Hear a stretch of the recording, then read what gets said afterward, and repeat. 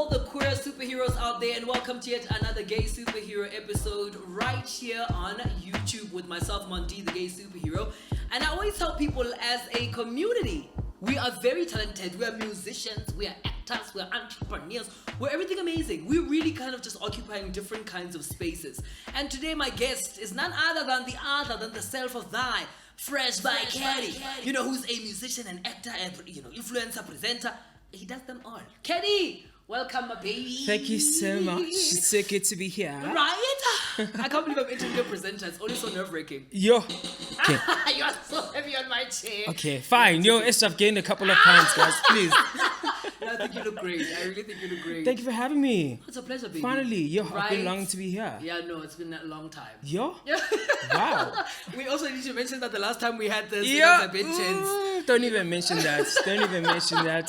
New beginnings. Yeah, new beginnings. You know what I mean? Yeah, fresh start. As you can Fresh see, starts. Different studio. I'm loving it. Right? Yo. Scapoosh. You've got a whole crew. Right, Scapoosh. Guys, you must see people behind this Yeah. camera. Hey.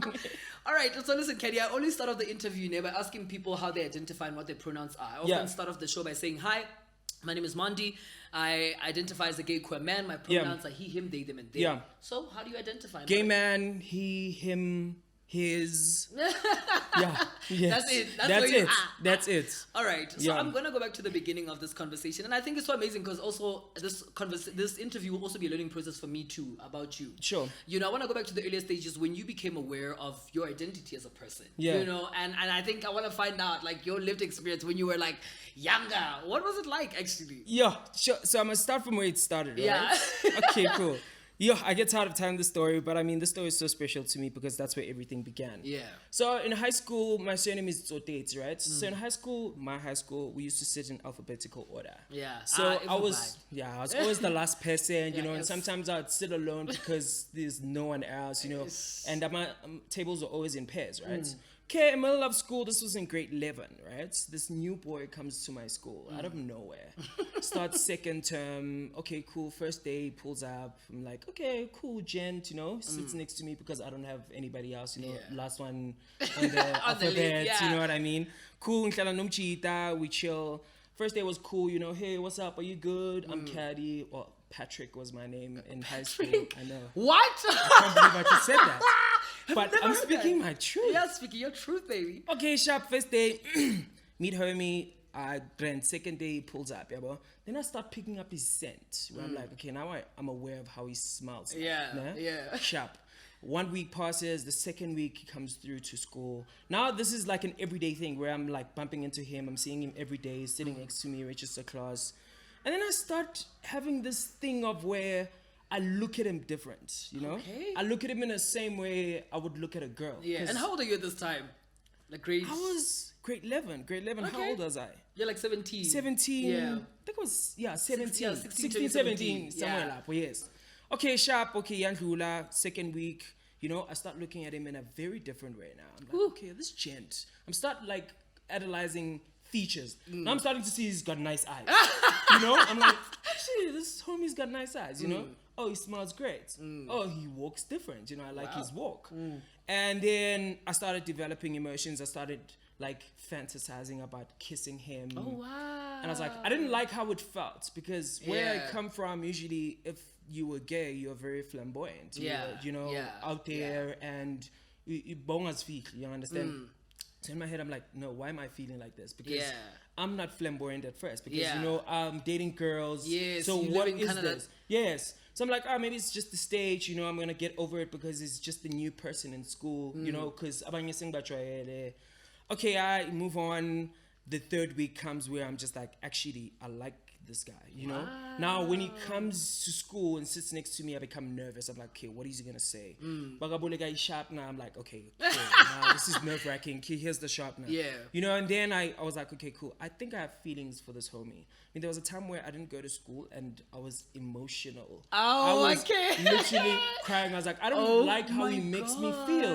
That's because, cute. You know, I'm not aware of his emotions and stuff.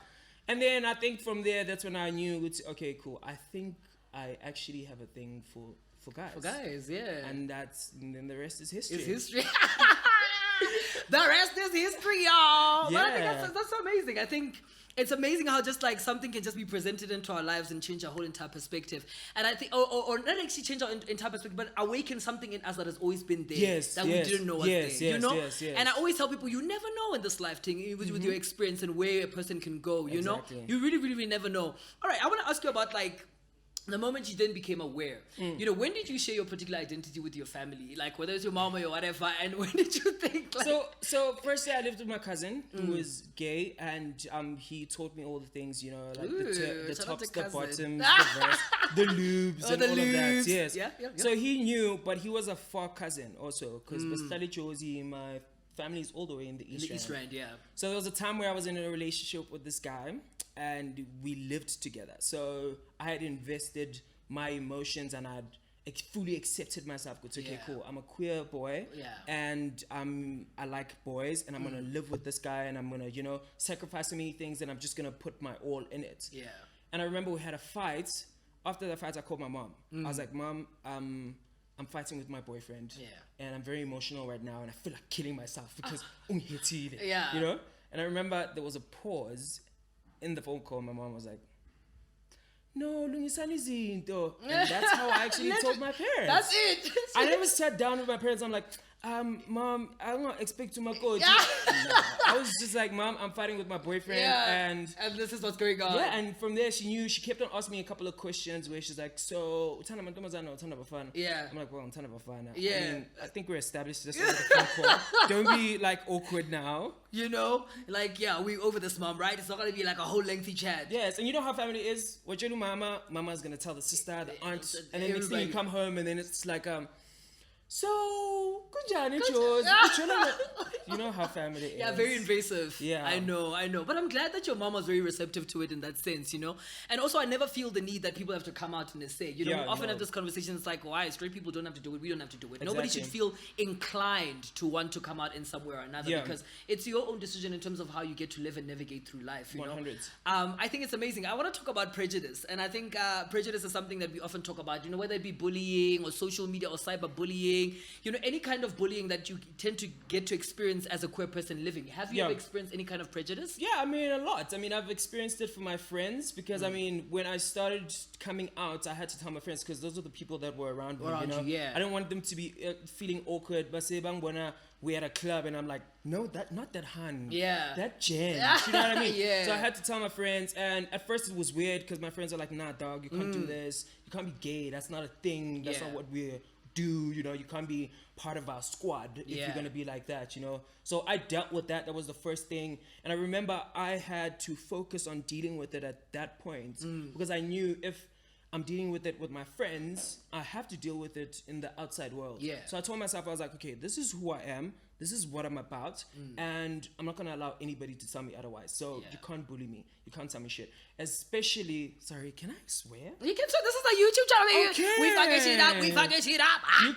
You can't tell me. You can't tell me how to live my life, or you can't bully me. I'm not gonna allow you to say things to me. Yeah. As soon as you don't get it and you feel some type of way and you come with negative energy, then I shy away. Yeah. Because I don't want to deal with it. Because I don't tell you, dude, I'm gay and I like boys, and then you try and convince me otherwise. Yes. No, accept what I'm saying, because if you're telling me you're straight, I'm not gonna be like, no, dog, you know, I'm a chance, I'm not, it's boom, boy. I'm not gonna try to convert you. Yeah, so I dealt with it at a very young age, and if there's anything outside there that is like close to like bullying me or anything, I step away. I love that. Step away from it, baby. All right, you know, you're a very masculine presenting person, and we've had this conversation before. Do you feel that, you know, people who are masculine presenting really are afforded certain privileges because of the way that they are? I mean, this topic.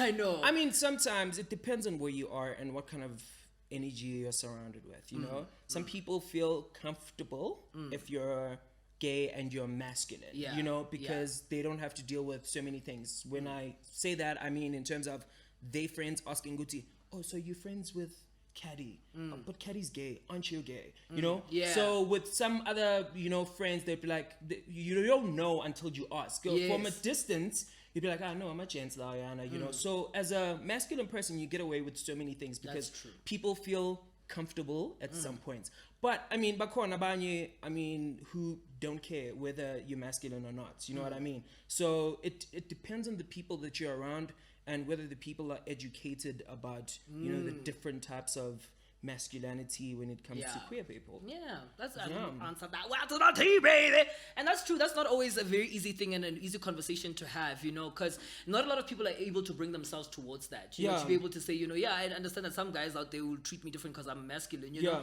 And when people, you know, see me as a feminine body, the truth of the matter is that feminine bodies also still experience some kind of prejudice, you know. True. And mostly so because they are flamboyant and they're outspoken 100%. And they're visible and there's the sense of visibility that comes with that. So I'm glad in you acknowledging those two, and I think for me it's such a great thing because not a lot of people are able to bring themselves to acknowledge that. Also, we're moving into like a very Rainbow Nation world where people are starting to understand it. So like, I don't think being masculine sometimes gives you those points unless you're in the rural areas. Yeah, well, unless you're just allowing people to just be homophobic, because internal homophobia is a real thing, people. Yep, it is. You know, I want to talk about you getting into this industry. What inspired you to get into this business, my baby? Hey, this has always been a dream, hey? Ever since I was young. I mean, how it started was, I always used to be indoors for some reason. I think my mom never wanted me to visit. I don't know. I used to always like be indoors, you know, and the only entertainment that I had was television because I never used to hang out with friends after school or me too. All those I things. love TV. So TV was the only source of entertainment, and I mean, from just being there watching TV for hours, that's when I started developing the love for it. Yeah. Oh my gosh. So that's where it began. I knew from a young age, Guti, I'm actually gonna pursue my career in entertainment. Yeah, look at you now, babe. Oh, lo, lo, lo, lo, lo, lo. And would you say, I mean, we talk about purpose a lot often on this show. I mean, would you say that you found your purpose in a sense? And also in the previous conversations that we've had in the show, people are talking about how purpose is not necessarily something that you arrive to. It's something that you learn to live with, and that you often receiving different stages and phases of it. I was actually about to say that. I think purpose is it's what you achieve. And then there's another purpose from whatever you've achieved. Yeah. You know what I mean? Oh, so it just keeps on going. It keeps going. Because, I mean, when I started my career, I started off as a TV presenter. You know, I didn't think I was going to be an actor. So I was like, my purpose is TV presenting. But when you get there, you get to move on and see other things. And that's another purpose that you need to achieve. That's true. From there, I guess I'll have many more. Yeah, you will, definitely. 100. So listen, I want to talk about mental health. Mental health is such an important conversation. I want to know if you've dealt with mental health issues and how did you overcome it and what was really kind of going on during that particular time in your life? Recently, I went through a very heavy breakup. That was the first time I had to deal with mental health because it had hit me very hard. I had lost myself in the relationship, and when I was alone, that's when I had discovered, Guti, oh my God, I am alone and there's nothing else that I would deal with or talk to. I remember seeing a psychologist. I had to go, you know, to sessions where I had to speak to someone. Yeah. It was difficult. We all go through it. Yeah.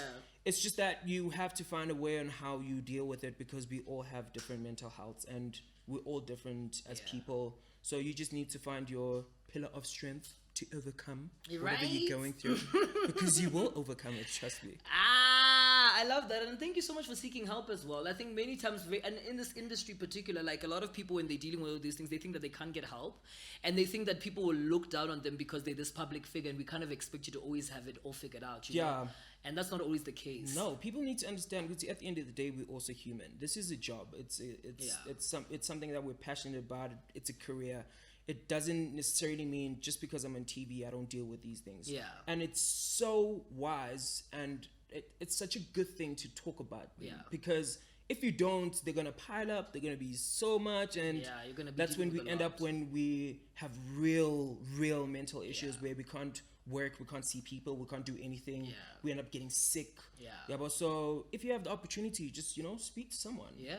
No, please do. I appreciate that. Yeah. I mean, you mentioned that the fact that it was largely, I mean, your recent depression episode was largely caused by the fact that you had a difficult breakup. Yeah. And you're somebody who really is kind of just like had public relationships before. Yes. And everybody knows this, you know, we've kind of just subscribed to your, you know, YouTube channels and then, you know, they didn't work out. I want to know, what did you learn from this previous relationship? And would you ever be in another relationship that's in the public eye like that again? I mean, the one thing that I've picked up from all my public relationships is that I mean, you be in a relationship, you'd love this person, you'll get into the public, people will love you, and necessarily you won't focus on each other. Now you'll focus on what people are seeing you as. About you, because people will come to you and like, guys, we love you so much, open a YouTube channel. And you're like, oh, actually, baby, let's open a YouTube channel. You open a YouTube channel. And at the end of the day, it's not like you guys are doing it for yourselves in the relationship. You are doing it for the people. Yeah.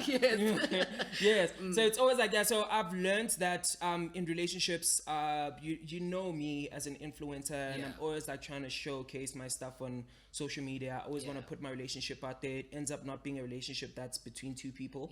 It ends up being a relationship between the whole nation. Sometimes it doesn't work out because kuna bantu who necessarily don't like seeing happy people, you know. So I've learned that manje, I just need to keep it private, not a secret.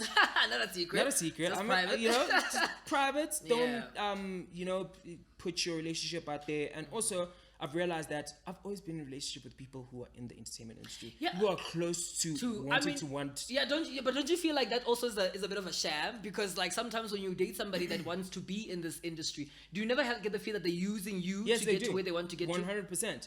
And also, I realized at the end that I don't like that. No, I mean, who the fuck? Like, listen, I'll tell you this. The moment I smell that rat, and I can see that this person, so yeah, can I be your manager? Also, yeah, can I just, can I come to the photo shoot? I'm just like, no. We're complicating things. So for me, the moment when I smell that rat, I'm like, nah. Yeah, me too. Now I'm just playing far away from people who are in the entertainment industry. Yeah, no. And and I'm in a relationship right now. Ooh, who is it with? I mean, Lasiso says that there was a potential thing between the two of you. Lasiso said that, not me.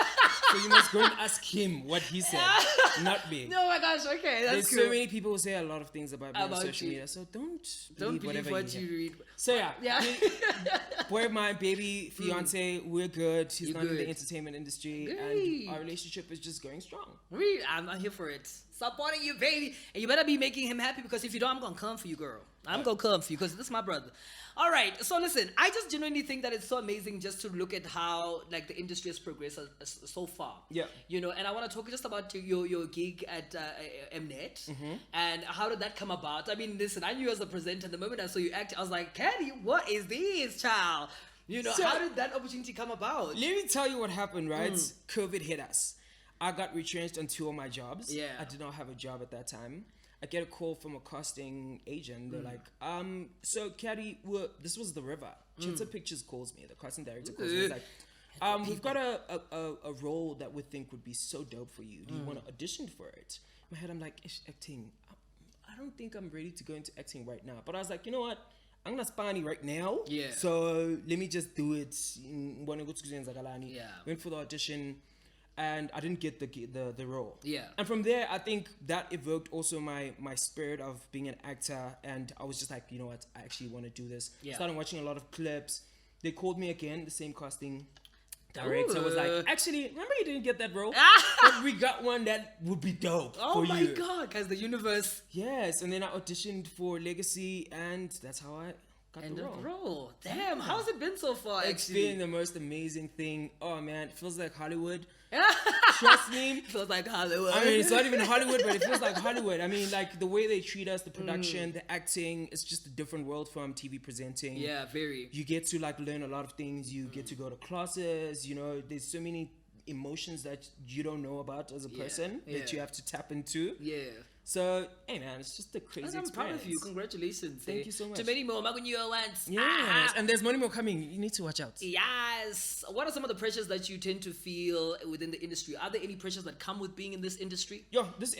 Another thing about this industry is you think when you get into the industry, when you nail a gig or when you get something, you're sustainable. No, babes. Ooh, no, girl. There's always somebody else to, kick you off that chair. You know what I mean? Yes, there's always somebody else who's gonna like so the pressure is when you get there, you need to keep going. Yeah. Like and relax and be like, oh no, I'm an actor, sing it right, Dilana. You just have to keep going. And you're not the only one in the industry. There's a lot of people that are in the same line who want to do, the same thing. So that's just the pressure, just to keep going and being relevant and just being you. Amazing. What would you like to say? I mean, I asked this question because there's been a lot of merciless killing that's been happening in regards to people of the LGBTQIA plus community. I mean, right now we're experiencing Pride Month, and just yesterday we just found out that somebody got killed for being gay, which is crazy to me. So I'm willing to get your opinion on that. I mean, what do you feel about the merciless killing that's been happening in our community? It's just painful, and it's not necessarily people that are homophobic. There's so many things out there that happen, to women, to young girls that get kidnapped and stuff, and we have to deal with these things.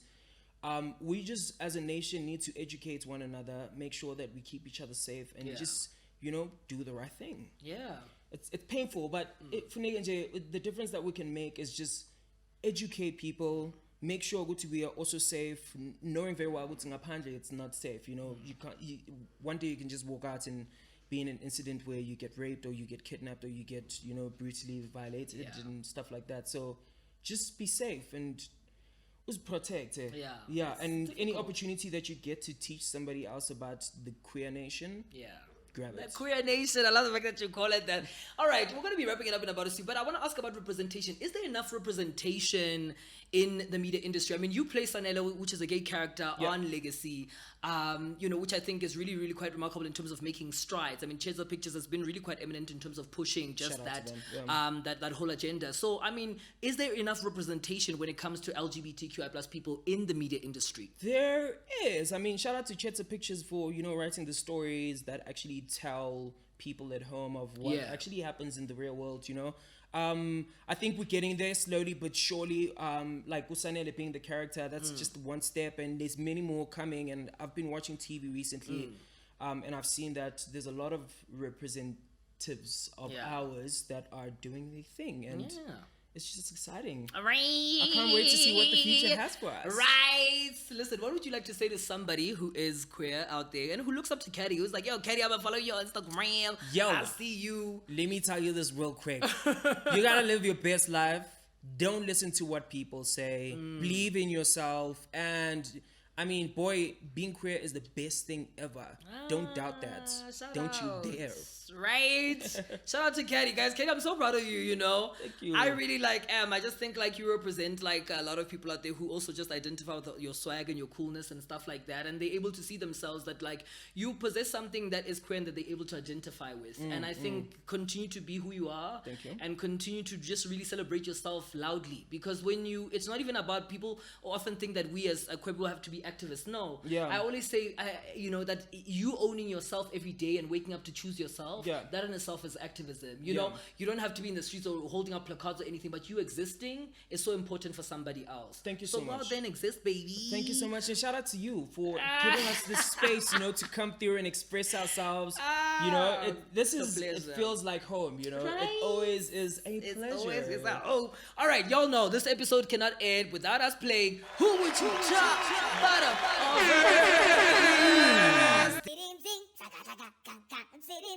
All right, Caddy, we're going to give you 3 names, baby. Okay. And you got to choose between them 3 names, okay? Okay. We got Cyprian and Glovu. You know who that is? I know him. And we're going to give you Candace Mudisela. You know who that is? Oh, Shadi. Okay, yeah, Shadi. We're going to give you Keith Powers. Ooh. You know who that is? Ooh, I definitely know who Keith Powers is. I'm a huge crush on Keith Powers. Keith Powers, listen, baby, my man, you in a relationship, darling. You in a relationship. Keith Powers, just holla at your boy if ever you land in there. Say, okay, cool. We must discuss this. I'd let Candace Mudisela top me, obviously. Oh! I would, no, actually, let me take that back. Okay. I would bottom for Candace Mudisela. Okay, come through, Candace. I would top Cyprian. Okay. I would verse Keith. You know what I mean? Keith, we can verse it out, baby. Caddy, this has been so amazing. Thank you so much. Oh my God. It's been so much fun. It's weird, right? Right? I love Listen, I mean, what more can we expect from you? Anything that's coming up? Music? Yes. Music? I'm currently in studio right now, so music is coming through. So you must send us some music. Yes, there's a couple of presenting gigs that are coming through. When is this launching? This is probably going to launch next month sometime. Next month, probably okay. early. I'm not sure when the show is going to be live, but we've got 2 presenting shows. Yeah. 2 big channels that I'm going to be hosting. Nice. There's also a reality show coming Woo, in the works. okay. And my fashion brand is dropping finally. Yeah, so what time? yes, I'll give you some stuff as soon as Please, it yeah, does. merch is coming. Yes, Please the do. merch.